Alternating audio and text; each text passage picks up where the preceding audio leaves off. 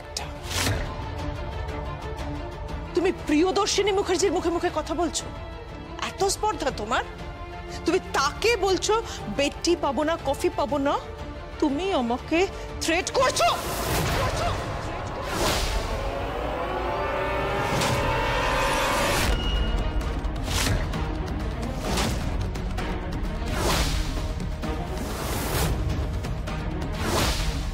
আপনার বড্ড হাত চলে না? আমি বারবার বারণ করেছি, এবার যেদিন উল্টো পুরাণ হবে না সেদিন বিপদে পড়বেন।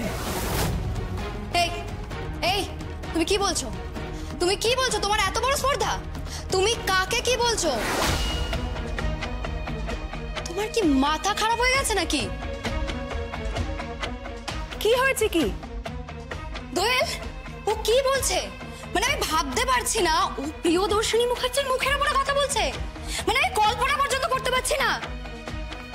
এই কি ব্যাপার কি তোমার? তুমি এখানে কি করছো? বেরো এখান থেকে, বেরো এখান থেকে। এই বাড়িতে তোমার কোনো জায়গা নেই, বুঝতে পেরেছো? Get out, just get out. শুনতে পাওনি ও কি বলেছে? বেরিয়ে যাও, বেরিয়ে যাও বাড়ি থেকে। শুধু বাড়ি থেকে কেন, পৃথিবী থেকেই তো তাড়িয়ে দেওয়ার প্ল্যান করেছি।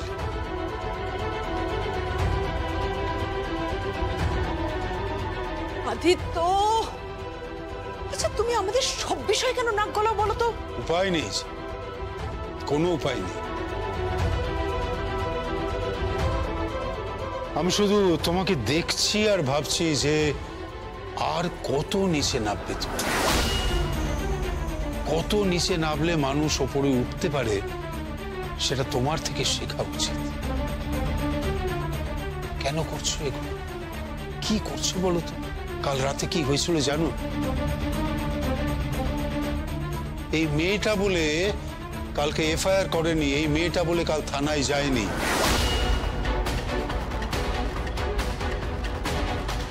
ওর করুণা নিয়ে তুমি বেঁচে রয়েছো, ওর দয়া বলে আজকে তুমি এখানে দাঁড়িয়ে রয়েছো।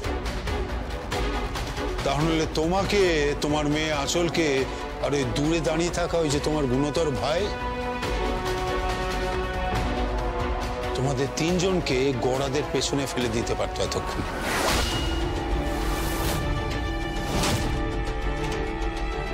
বুঝতে পেরেছ? ও সেটা করেনি কারণ ও রেসপেক্ট করেছে রিলেশনশিপটাকে, ও রেসপেক্ট দিয়েছে এই পরিবারটাকে। ও বুঝতে পেরেছে যে ও বাড়ির বউ, তাই থুতুটা ওপরে ছুঁড়লে সেটা নিজের গায়ে এসেই পড়ে।